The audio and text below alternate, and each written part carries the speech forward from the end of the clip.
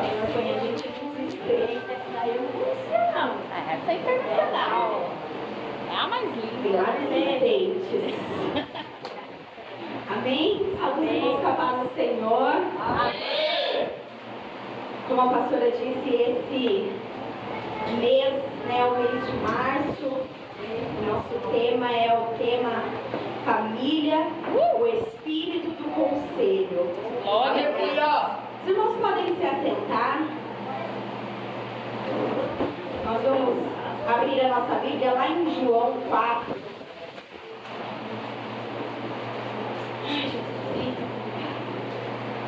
Olha, eu passei o dia aqui, até quebrei. Cheguei aqui, o negócio começou a ficar complicado. João 4, do 10 ao 14.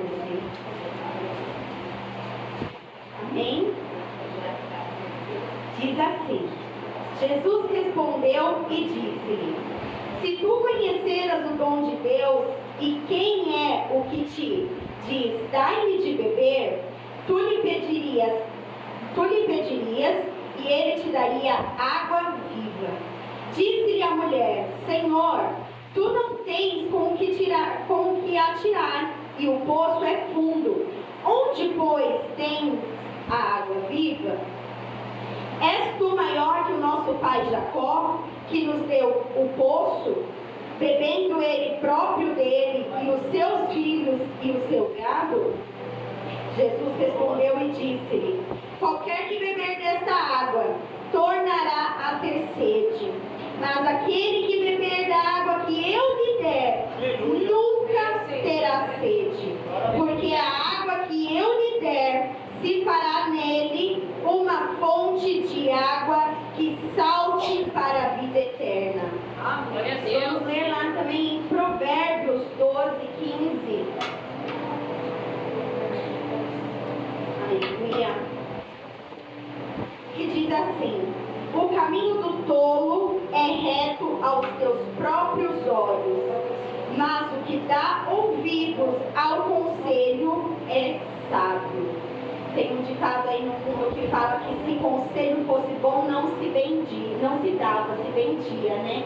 Porém a palavra do Senhor fala o contrário, que sábio é aquele que escuta o conselho. E mais ainda quem o dá.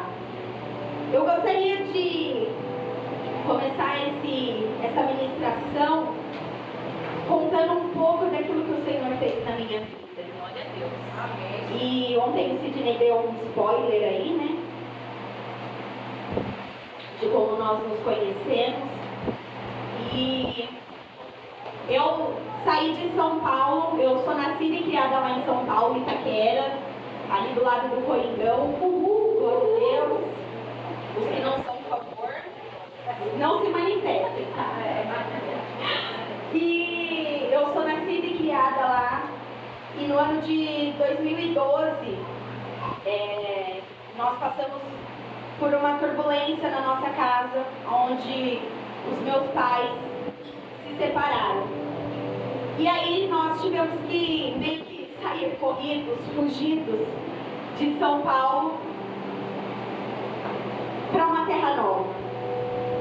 E nós fomos, eu, meu pai, e o meu irmão e a minha irmã, lá para Bragança. Nós entramos numa casa apenas com um colchão inflável daqueles azuis de casal. E nós almoçávamos, tomávamos café e jantávamos no antigo Russi que tinha lá em Bragança, que era 24 horas. E quando meu pai saía para trabalhar, ficava eu e os meus irmãos. E esse fato aconteceu justamente no dia do Natal. No Natal de 2011, no dia 24 mais precisamente, eu estava em casa com os meus irmãos, a gente se arrumando, e de repente começou-se uma discussão. E aí daqui a pouco apareceu o meu tio Elvis, que é pastor, e aí terminou a noite da véspera de Natal, que para nós seres humanos é tão importante, o meu pai tendo que dormir na minha cama, porque a minha mãe não queria mais ficar com ele.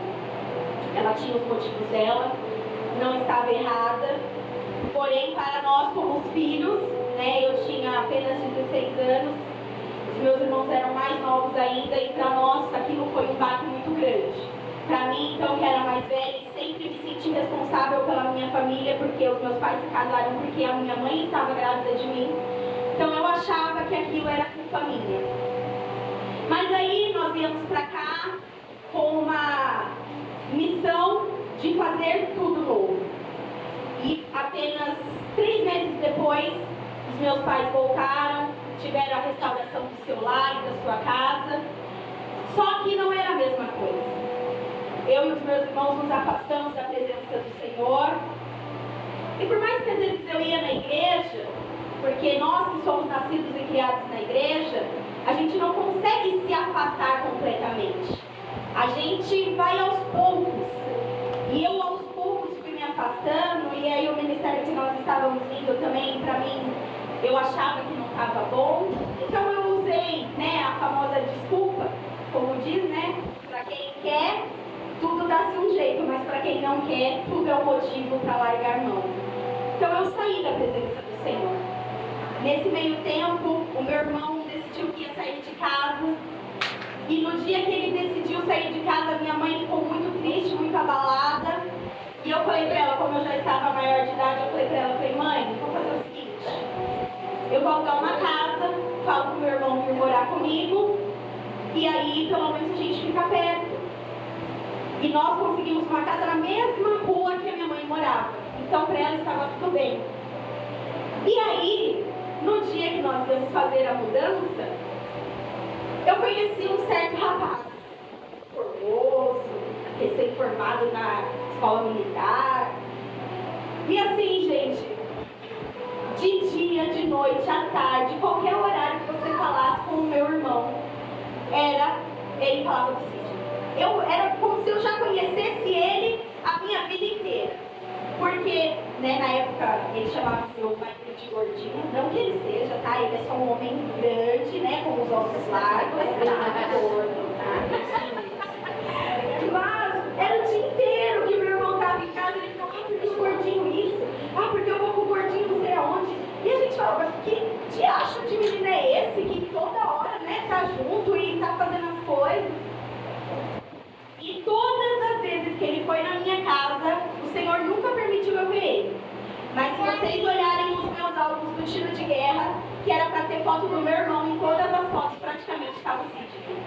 E eu não sabia, só depois que a gente começou a se relacionar que eu fui ver. E aí nós começamos, né? Aí nós nos conhecemos, ele foi ajudar na mudança. E eu falei pra ele, por que você não vem morar com a gente? Pelo menos divide o aluguel, né? Aquele que tá com a fome e a vontade de comer, né? Aí ele aceitou essa proposta indecente e foi morar conosco. Não durou uma semana, nós já estávamos juntos. Mas o Senhor, ele tem um propósito em tudo isso. E por que eu digo isso? Porque acho que uns 20 dias depois que nós estávamos namorando, eu cometi uma burrada, assim, de leve, né? Eu fui visitar o perfil do ex no Facebook dele. E ele viu. Ele ficou tão bravo comigo, e aí ele falou, eu não quero mais você, e terminou comigo. Só que o meu primeiro relacionamento, eu tinha apenas 12 anos de idade. Então eu já estava vindo marcada e sofrida de relacionamentos frustrados desde os meus 12 anos. E quando ele disse para mim que ele não queria mais, para mim foi um baque. E eu fiquei ali, foi, se eu não me engano, numa sexta-feira, eu fiquei sábado e domingo chorando. Fui sábado para casa de uma amiga da minha mãe, e eu chorava, e eu falava, meu Deus, como dói. E na segunda eu falei, não, eu vou chamar ele para conversar. E chamei. E aí fiz aquele negócio que aquelas adolescentes fazem, né, gente? Meu Deus. Essa não vai ser a história das minhas jantas em nome de Jesus. Aleluia! Eu chorei pra ele, implorei, quase ajoelhei. Eu só não ajoelhei porque o colchão já estava no chão, porque senão eu tinha ajoelhado. Falei, por favor, volta comigo, eu te amo e não sei o que. E ele, sério, como se o mundo não estivesse acabando pra mim. Não, eu já tomei a minha decisão. Eu falei, então tá bom. Então, já estava fazendo faculdade. E aí eu fui deitar para me entregar para a dor, que era o que eu sempre fazia. E eu lembrei de uma profecia da minha pastora lá de São Paulo, que ela falou para mim, eu tinha 15 anos, ela falou: filha, o Senhor tem um homem preparado para você, mas não é com 15, não é com 16, não é com 17, não é com 18 e não é com 19. E aquilo me voltou ao coração e eu parei para contar e eu já estava com 20 anos. Então, pode ser que seja.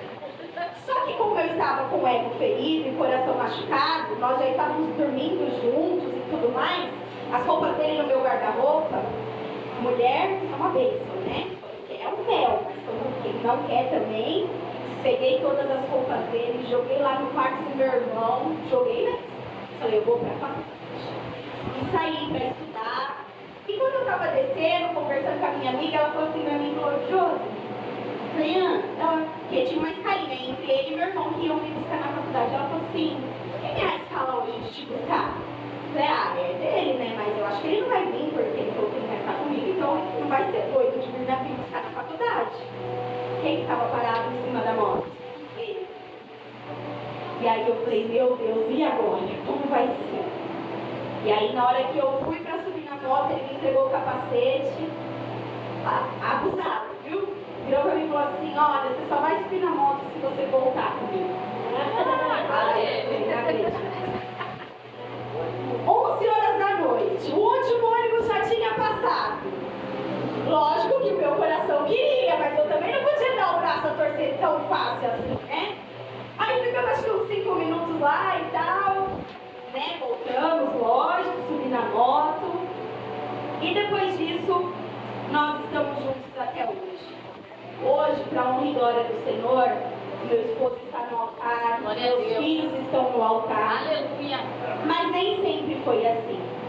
Porque os nossos 3 primeiros anos de casados, olha, não vou falar que eu comi o pão que o diabo amassou, porque é demais, mas foi difícil. Foi muito difícil. Porque como ele disse ontem, ele quando criança, ele ministrava na igreja. A mãe dele, ele contou para mim uma vez que tinha cultos que ele ia orar, que ele ia ministrar, e ele só estendia as mãos, e quem estava, né, numa vida errada já caía ali, e quem estava no espírito também já caía ali. E eu, quando nós decidimos ficar juntos, eu falei para ele, eu vou voltar para a igreja. E com 3 meses que a gente estava junto, eu falei para ele: eu vou voltar para a igreja, a gente tem uma decisão. Ou a gente casa, ou então a gente vai acabar por aqui. E ele virou para mim e falou assim: então a gente casa. E nós casamos. Não tinha R$1 no bolso, mas o Senhor deu o vestido, o Senhor preparou tudo, e nós nos casamos. Só que eu ia para a igreja e meu marido ficava em casa. Quando ele queria me agradar, que ele ia para a igreja, do jeito que ele entrava no culto, ele sentava. Sentado ele estava, sentado ele ficava. E eu falava: Deus, como que uma pessoa que já ouviu o Senhor falar, que já fez, já aconteceu na tua presença, consegue ficar indiferente à tua presença? E foram 3 anos que eu ungi cigarro. Foram 3 anos que ele saía da cama para ir trabalhar ou fazer qualquer coisa. Eu deitava em cima da onde ele estava deitado e eu chorava. E eu falava: Deus, por favor, Jesus, tira essas ataduras dele, Senhor. Quebra as correntes, Pai. Quebra, Senhor Jesus, os grilhões. Pai, traz o meu marido para a tua presença. E parece que quanto mais eu orava, menos ele tinha vontade de ir à igreja. Até que num dia, do nada não, porque o Senhor tem as suas formas. Um dia, meu irmão, né, que eu falo que eu fui o primeiro líder da nossa casa foi o meu irmão. Todos os finais de semana ele estava lá fazendo uma célula na minha casa. Ele louvava, ele cantava, mas um dia ele louvando e ele cantando, a minha mãe chegou até o Sidney e falou para ele: filho, Deus tem pressa na sua vida.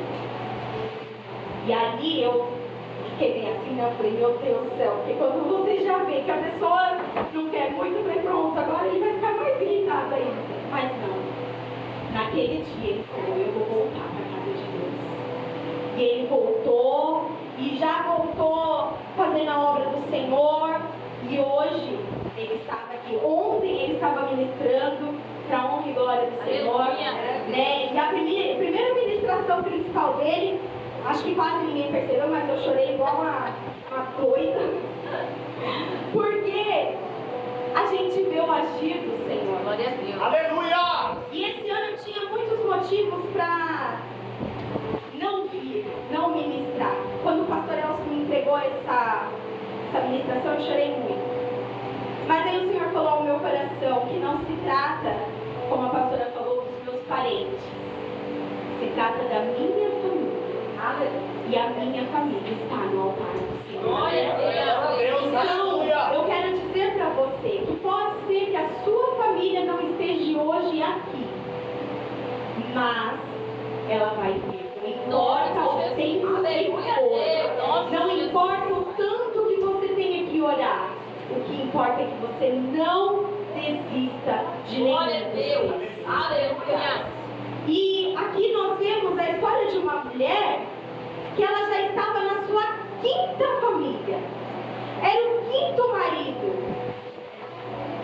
E hoje em dia a gente vê muito isso. Ah, não deu certo? Separa. Ah, não deu certo? Vai cada um para o seu canto. Não precisa ficar mais junto. Quantas vezes eu e ele, a gente não teve alguma discussão, alguma coisa que aconteceu na nossa casa? Nós somos muito iguais, mas somos muito diferentes. E nós tínhamos um problema muito grande com a questão financeira. Então, quando a gente ficava sem dinheiro, meu Jesus, olha, eu tinha que ficar ele num quarto e eu no outro. Porque era briga na certa. Mas o Senhor foi trabalhando, o Senhor foi trabalhando. E uma coisa que eu ouvi esses dias e é verdade: você não casa para ser feliz, você casa para fazer o outro feliz. Eu não preciso de alguém para me completar, eu preciso de alguém que juntos sejamos os dois completos para podermos fazer a obra do Senhor e poder ser felizes juntos. Quando nós entramos num relacionamento pensando, ele vai me completar, ela vai me completar, vai me fazer feliz, não vai dar certo. Eu casei para fazer o Sidney feliz, embora às vezes seja difícil, é uma coisa. E ele casou para me fazer feliz. Então nós precisamos entender isso. Aquela mulher, ela já estava no seu quinto relacionamento. Ela estava vivendo de uma vida vazia, porque nada preenchia aquele vazio. E eu quero te dizer nesta noite, o vazio que você sente, muitas das vezes, não é o seu cônjuge, não é a sua esposa, o seu esposo, não são os seus filhos que vão preencher. É somente o Senhor. Esse vazio tem o tamanho exato de Deus sobre a sua vida. Aleluia! Então ela estava vivendo numa vida que não foi o que o Senhor sonhou para ela. E quando nós buscamos conselhos que não são conselhos de Deus, nós podemos perder o nosso bem mais precioso. A sua família é o bem mais precioso. A sua família é tudo o que o Senhor projetou para você. Glória a Jesus, aleluia. E aqui, vai falar o espírito do conselho. Meus amados, nós não vivemos segundo o padrão do mundo. Nós temos que viver segundo o que a palavra diz. Aleluia. Glória a Deus. E a palavra de Deus, ela é viva e ela é eficaz. E lá em Efésios, a partir do capítulo 5, a partir do verso 22, até o capítulo 6, no verso 4, a gente aprende como ser uma família segundo a palavra. Lá vai dizer: esposas, sede submissas aos seus maridos. Ah, Jô, mas eu tenho que ser submissa? Tem.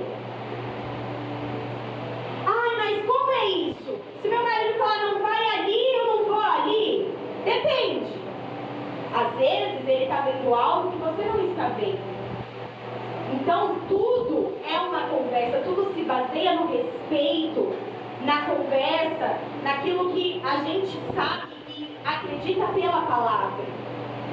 O que é ser uma mulher submissa ao seu marido? O seu marido é o cabeça da sua casa. É ele quem dá a última palavra. Embora às vezes a gente dê a última palavra e fala para eles, então agora é isso aqui. Aí eles falam e a gente diz, tá certo? Porque quando nós mulheres queremos ser a cabeça da nossa casa, desanda tudo.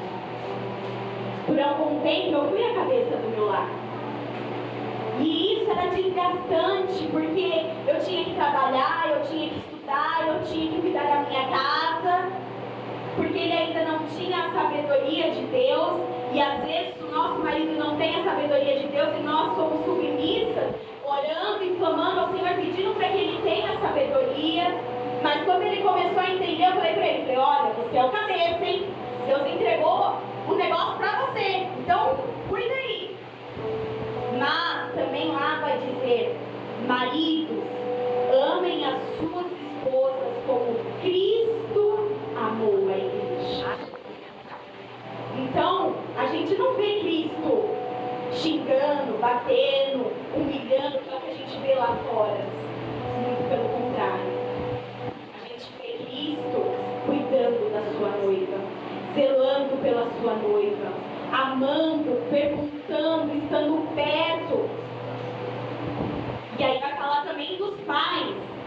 Pais, não provoquem a ira sobre os seus filhos. Quando eu descobri esse versículo, eu era jovem, né? Então tudo que aconteceu, eu falava, Deus está falando na Bíblia que pai não pode provocar o meu filho. Só que filho tem que ser obediente e honrar os seus pais. Sabe, tá vendo como tudo se encaixa? Porque quando eu sou uma mulher submissa, o meu marido, ele é o sacerdote da minha casa, ele vai me amar como Cristo amou a igreja. E quando eu me torno mãe e pai, eu não causo a ira no meu filho, o meu filho também me honra e me obedece. E assim vai virando e vai girando e vai dando certo a nossa família. Mas sabe que muitas das vezes acontece na nossa casa que a gente está tão preocupado com nós mesmos, com as nossas dores, com as nossas limitações, com o eu, e isso somos todos nós. O marido está preocupado com alguma coisa, a mulher está preocupada com outra coisa, o jovem o filho está preocupado com outra coisa, e aí na hora que junta tudo, é igual o fio desencapado, dá choque para tudo quanto é lado. E não é isso que o Senhor tem para nossas vidas. Não é fácil ser uma mulher sábia, mas não é impossível. Não é fácil o homem amar a esposa como Cristo amou a igreja, mas não é impossível. Nós precisamos começar a entender que para o mundo tudo é descartável, mas para Deus não é. Deus não fez a sua família para, se não der certo, separar. Não! Nós vamos lá, buscamos a raiz do problema e falamos, olha, o problema está aqui. E às vezes, sabe, mulheres, a gente precisa reconhecer que está errado. Embora todas, 100% das vezes nós estejamos certas, né? Mas nós precisamos reconhecer de vez em quando que a gente está errada. O Sidney, toda vez ele fala para mim, nossa, mas você nenhuma vez você vai me dar o crédito, nenhuma vez você vai falar que eu estou certo. Mas não é que... Mas tem sim vezes que nós somos turronas, que nós queremos do nosso jeito. E se não for do meu jeito, eu sou assim. Se não for do meu jeito, eu nem quero, nem preciso fazer. E não é. Porque o jeito dele é o jeito que ele aprendeu a vida inteira a fazer. Sabe, nós somos pessoas imperfeitas tentando dar certo juntos. Então eu tenho as minhas falhas, o Sidney tem as falhas dele, os meus filhos é uma junção dos meus erros com os dele. Olha isso! E a gente tem que ser sábio e paciente como Jesus. Glória. Só que aonde que a gente está procurando conselho? É na palavra de Deus ou é nos amigos? Ainda se fosse amigo cristão, no líder, tudo bem, mas muitas das vezes a gente vai lá naquele amigo que nem tem família, aquele amigo que nem casou,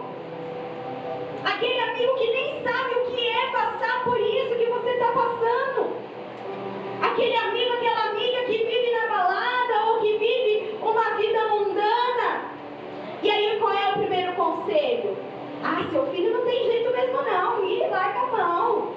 Não, ixi, vai viver sua vida. Ei, eu quero te dizer que enquanto os seus filhos estiverem debaixo do seu teto, eles são responsabilidade sua.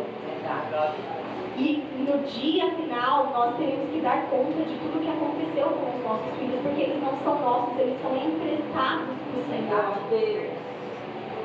A sua família é o bem, é como um diamante, uma joia rara. Então, muitas das vezes a gente fica nessa ânsia de preencher um vazio, de tentar mudar algo, porque quando eu e o Sidney nós casamos, eu falei pra ele assim, olha, nada do que eu passei, os meus filhos vão passar. Eu lembro que tinha vezes na minha casa que nós não tínhamos o alimento. Minha mãe pegava um saquinho de cravo, enfiava um cravo na boca de cada um, falava assim, ó, a gente vai jejuar. E o cravo era para não dar o cheiro ruim na boca, né? Porque você tá com fome e começa a dar um cheiro ruim. Então ela dava o cravo e ela falava, hoje é dia de jejum na nossa casa. E a gente não entendia, porque a gente, criança, você vai entender o quê? Que a gente estava jejuando. E ali para ela sabia que não tinha o que comer. E aí na dor e na dificuldade, ela nos fazia orar, para clamar ao Senhor para que viesse a provisão.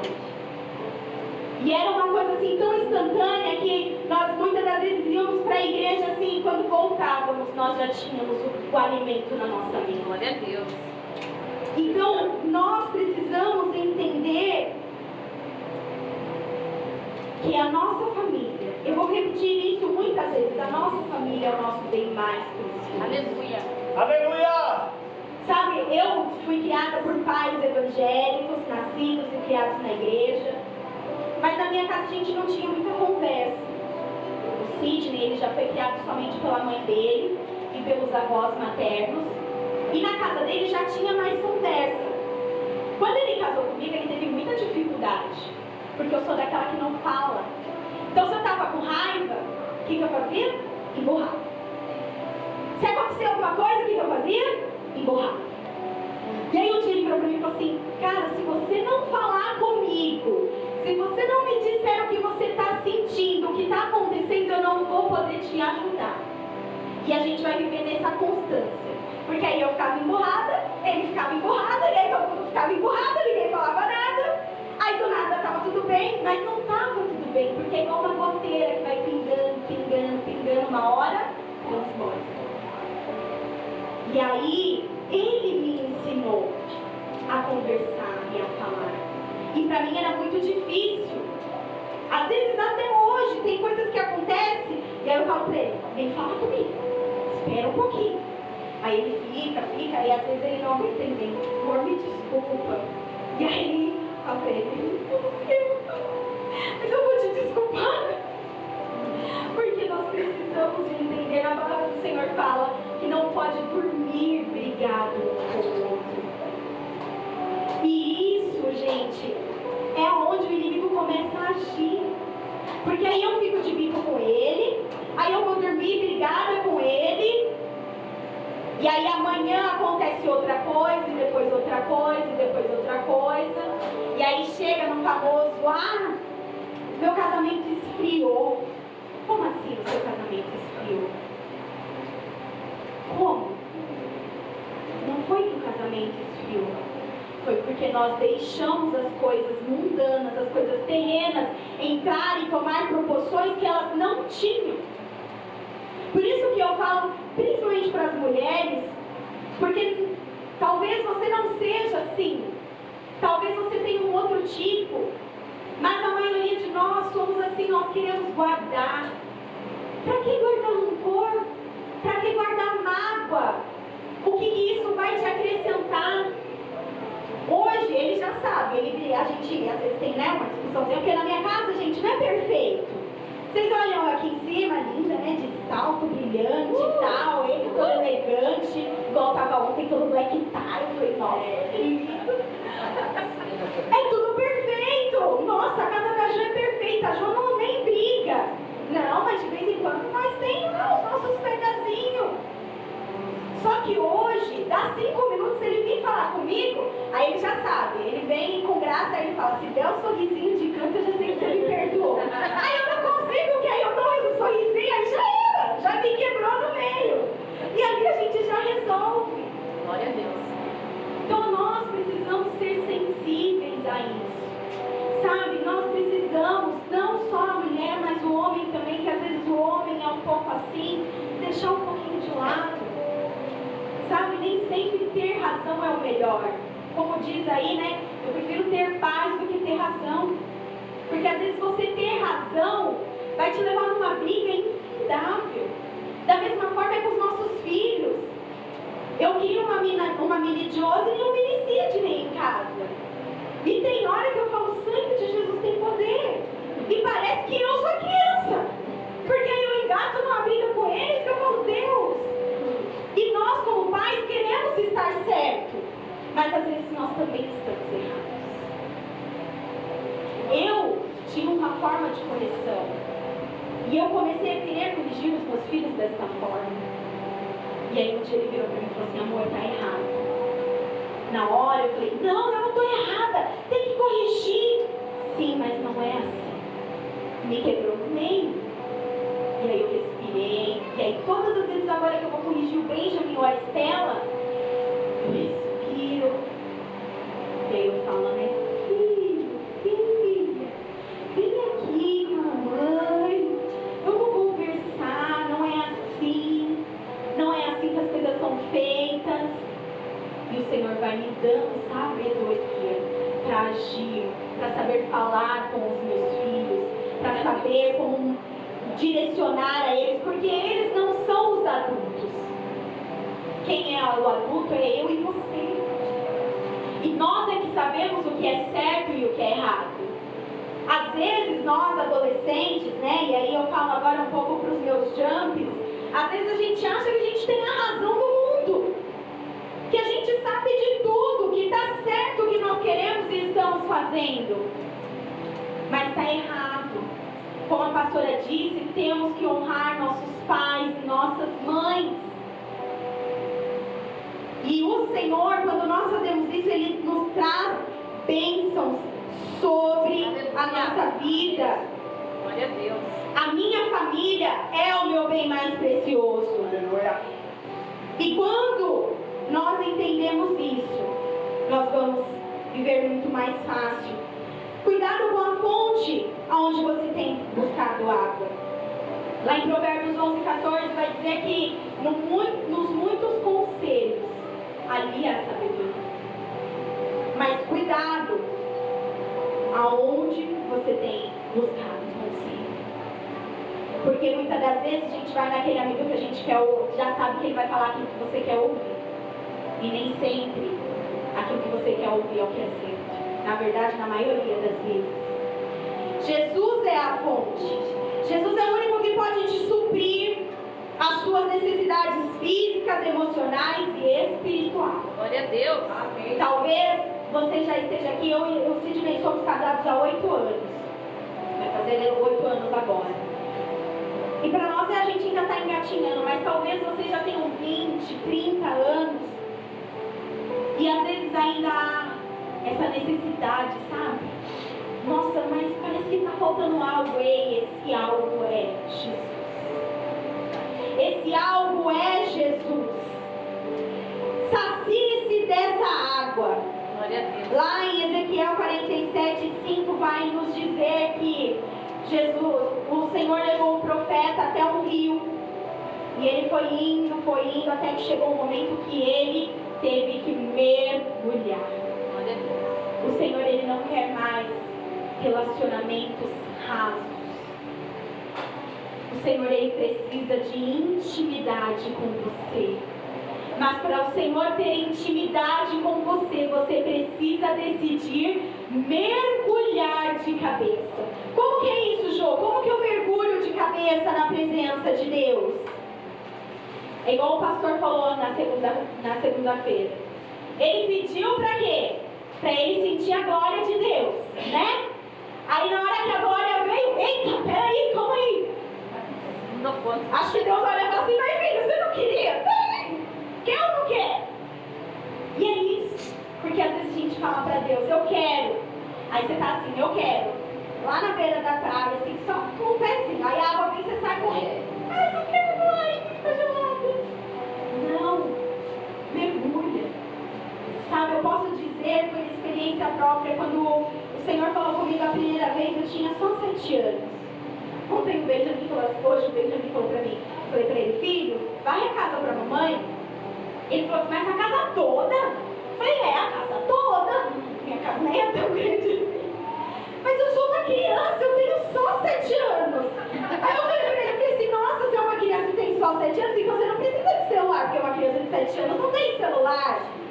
Ah, mãe, não é assim. Eu falei, então. E aí? E quando o Senhor falou comigo pela primeira vez, foi num culto de jovens, e eu tinha somente 7 anos. E ele falou pra mim assim, filha, não pare de chorar, porque o seu choro vai salvar multidões. E eu falei, Senhor, mas como assim? Eu vou ficar chorando, chorando, chorando? Eu não estou entendendo. E aí o Senhor, cada dificuldade que eu passava, o Senhor falava, é esse choro. Porque todas as lutas que eu passei até hoje, do nada vem uma pessoa, do nada não, né? O Senhor manda uma pessoa. Ai, eu estou passando por isso. Eu falo, Deus, eu já passei por isso. Peraí que eu vou te ajudar. E o meu choro tem ajudado pessoas. Mas é por mim? Não. É porque o Senhor viu graça em mim. O Senhor vê graça em você.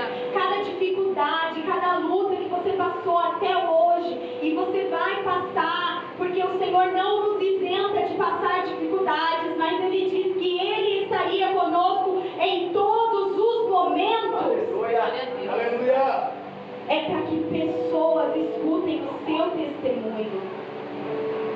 Porque às vezes a gente fala assim pro outro, né? Olha, Deus é contigo, eu entendo a sua dor. E às vezes a gente nem entende nada, nem sabe. Mas quando vem alguém, né? No meu caso, que fala, olha, meu esposo estava fumando, vivia bebendo. Gente, quando ele falou no piloto automático, é verdade. Um dia eu estava dormindo e do nada eu só escutei. Eu falei, pronto, morreu, caiu.